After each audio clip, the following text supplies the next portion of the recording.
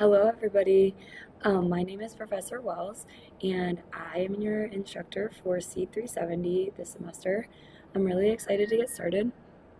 I've been teaching the class for a few years now. I think this is year 3 or 4, and it is one of my favorite classes of all time.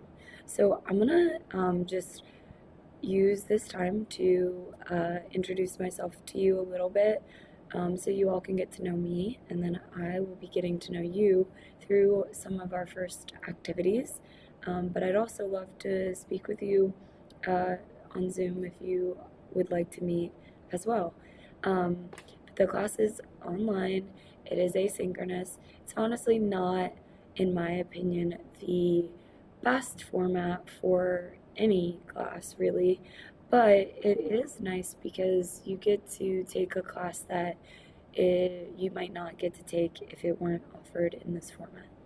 Um, but the class is called Young Adult Literature in Multicultural Settings, and it is really intended to give you all some exposure to the genre of young adult literature, talking about what it is, what it isn't, why it exists, some of the contentions surrounding young adult literature, and also just giving you time and access and knowledge of really key texts in the genre of young adult literature. So we'll read some more classic young adult literature, and then we'll also read some of the newer stuff. And there's a variety of formats too, like some of them are verse novels, some of them are graphic novels, some of them are more traditional, some of them are true stories, some of them are fiction, that type of thing. You'll have a lot of choice in the class. If you've read the syllabus, you probably know. We have some texts that are everyone's going to read, and then we have some weeks where you will choose a text from kind of a list of options related to a specific topic or a specific concept. This does fulfill a literacy requirement for Mason, and so we do have assignments that are geared toward literacy, especially reading and reading comprehension, but of course alongside that goes writing. So I'm always open to feedback on the assignments and your thoughts on the assignments and what might be helpful for you, or how you think I could modify things for the future or change them completely. This is a SEED course, which means secondary education. It is part of the College of Education and Human Development, but I love it because although it is in a very specific college, you all may or may not be in a part of the College of Education and Human Development for your major. And although it may seem like it's a class that is mostly for teachers or future teachers, really this is a topic that affects all of us. We're going to talk a lot about young adult literature for young people and in schools, and literacy in general. And we'll talk a little bit about curriculum in secondary schools and the maybe need for a little bit of change and growth in especially our literature selections in public education. So I'm going to share just a little bit about myself. I won't bore you for too long, but like I said, I'm Professor Wells, and I am a full-time teacher. I work in Fairfax County. I worked at Robinson Secondary, which is right across the street from Mason, for 7 years. And then I was at Westfield High School for just a year, and now I am at Skyview, which, if you don't know, is the brand new school that Fairfax has opened up this year. So this will be my 9th year teaching English. I teach high school English, and sorry, you'll have to excuse my voice. Of course, yesterday was the first day of school for Fairfax, and I'm sick, so that always seems to happen. But And I also, before this, I was at Mason. So I graduated from Mason with my master's in secondary ed. And I actually went back to Mason um, and got my doctorate in literacy and teacher education. So I finished that up in 2022. And so since then, I've been privileged to teach this class, and I teach the graduate version of the class as well, and some other stuff here and there for Mason on the side. But my primary role is a high school teacher.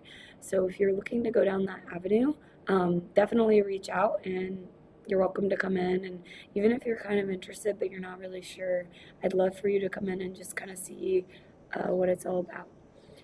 Um, so I'm excited to learn a little bit about you all through some of the assignments. But if you did want to meet one-on-one via Zoom, I'm happy to do a quick 5-minute chat if you want to get to know me a little more, if you have any questions or anything like that. Okay? And of course, that option is always open to you all anytime throughout the semester. Just reach out and we can definitely meet. We're gonna go over the syllabus. I'm gonna put the syllabus up so you all can see, so we can kind of go through it together. Hopefully you read it, but I'm just gonna point out some important details. And then we'll also take a look at our Canvas page, and I'll show you where everything is. I hope it's pretty simple and straightforward, but just in case you might need a little bit of help with that. And then that will be it. Alrighty, so let me go ahead and put that up. Alrighty, everyone, bear with me. My voice is really struggling right now, but I'm gonna do my best. So, I'm looking at Canvas from a student view. So, hopefully this is what it looks like for you as well. The home page doesn't have a whole lot on it. Just kind of some links and some information about assignments. If we go to the syllabus page, the syllabus is embedded here, but you might find it easier to view by opening it in a new window. I'm not going to read this whole thing to you, but I will point out a couple of key things. So we're just going to keep scrolling down to the required text. Sorry. We're gonna go down to the required texts. So these are the 5 texts that you will need copies of that everyone in our class will read. The first one we'll read is The House on Mango Street. I actually do have a PDF copy of that for you if you can't get access to it, although I think it's a lot harder to read on a screen, but if that's for you, then go for it, okay? You can also, by the way, listen to the text on audiobook. Some books it works better for than others. So like House on Mango Street, and Long Way Down. House on Mango Street is like short chapters, and so in some ways it's good to listen to, but in other ways it's nice to see those how they're like constructed on the page. Same with Long Way Down, with how like the line breaks, how he creates line breaks because it's a verse novel. Um, but I Must Betray You and Scythe would be great as audiobooks. They Called Us Enemy is a graphic novel, and so that one would not work as an audio. Okay. Then you're gonna go down here and you're gonna pick choice texts. So week 3, you will choose from these texts here. Okay, these are all classics. Week 9, you will choose from this pretty long list here. Weeks 12 and 13, you'll pick from here and here. There will be kind of an option to switch up which one of those you read for which week, We'll talk about that when it comes, though. Um, if we keep going and blah, blah, blah, the assignments you can take a look at yourself, but I'm just going to show you the breakdown. So we have 4 reading response activities. Each one of those will be different. None of them are exactly the same. They all kind of focus on different kind of skills that we would focus on in a secondary level classroom with YA text. There's a one like kind of formal paper, and that's 20 points, and there will be like different steps for that each week. And then there is a recorded discussion post and reflection, and that will be like a presentation you record of yourself, and then obviously you'll reflect on it. And finally, there is the Perspectives on Reading project, which is a semester long kind of dive into your thoughts about reading and reading in school, reading out of school, etc. And all of those add up to 100 points. Okay. So undergraduate grading scale, grading criteria. Last thing we're gonna dive into that I'm gonna talk about is the late work and extensions. So, this is not a self-paced class. We do have deadlines, and those deadlines are pretty firm. Okay, so all of our stuff, our week starts on Tuesday. Each week we start on Tuesday, and we end on Monday. So all of the work in our class, for the most part, is due Monday night at 11:59 p.m. Okay. Now I do know that we all life happens, right? So if you need an extension for whatever reason, I don't need to know why. You just need to email me and say, "Hey, Professor Wells, I need to use one of my extensions this week." And I will email you back and say, "Sure, no problem." And I will include in the email your new due date. Okay. And your new due date will be exactly 1 week after the original due date. You could do that twice, and you don't need to explain. It doesn't matter. Just I need to use one of my 2 extensions. If you've used your 2 extensions, then you can either complete the assignment for late credit. I will accept assignments after the due date for up to 60%. If you would like more credit because either you are in need of accommodations or due to a physical or mental impairment, you can work with disability services.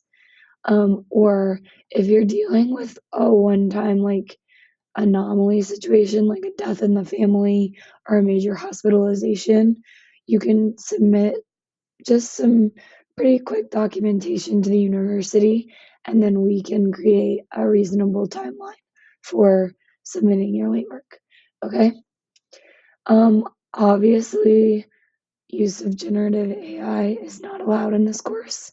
I did have a couple of people last semester who were penalized for using generative AI in the class. And ultimately, we'll talk a little bit more about this, but it is a waste of your time and my time, and it is a waste of your money. Okay, you're paying to take this class. Just generating responses to the course using AI is really denying yourself the educational experience that you are paying for. So, strongly encourage you to avoid using generative AI, especially because this course is really all about your thoughts on the texts. Okay.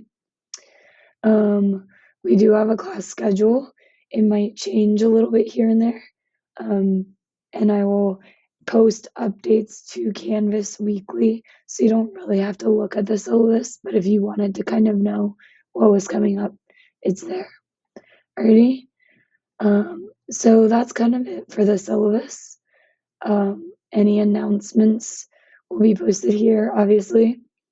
The modules page is where I will post what you need to do each week. So for week 1 this week, if you click there, it will tell you exactly the steps that you need to do. Okay, so obviously I'm going to add this video that I'm creating now here. You're going to review the syllabus, familiarize yourself with Canvas.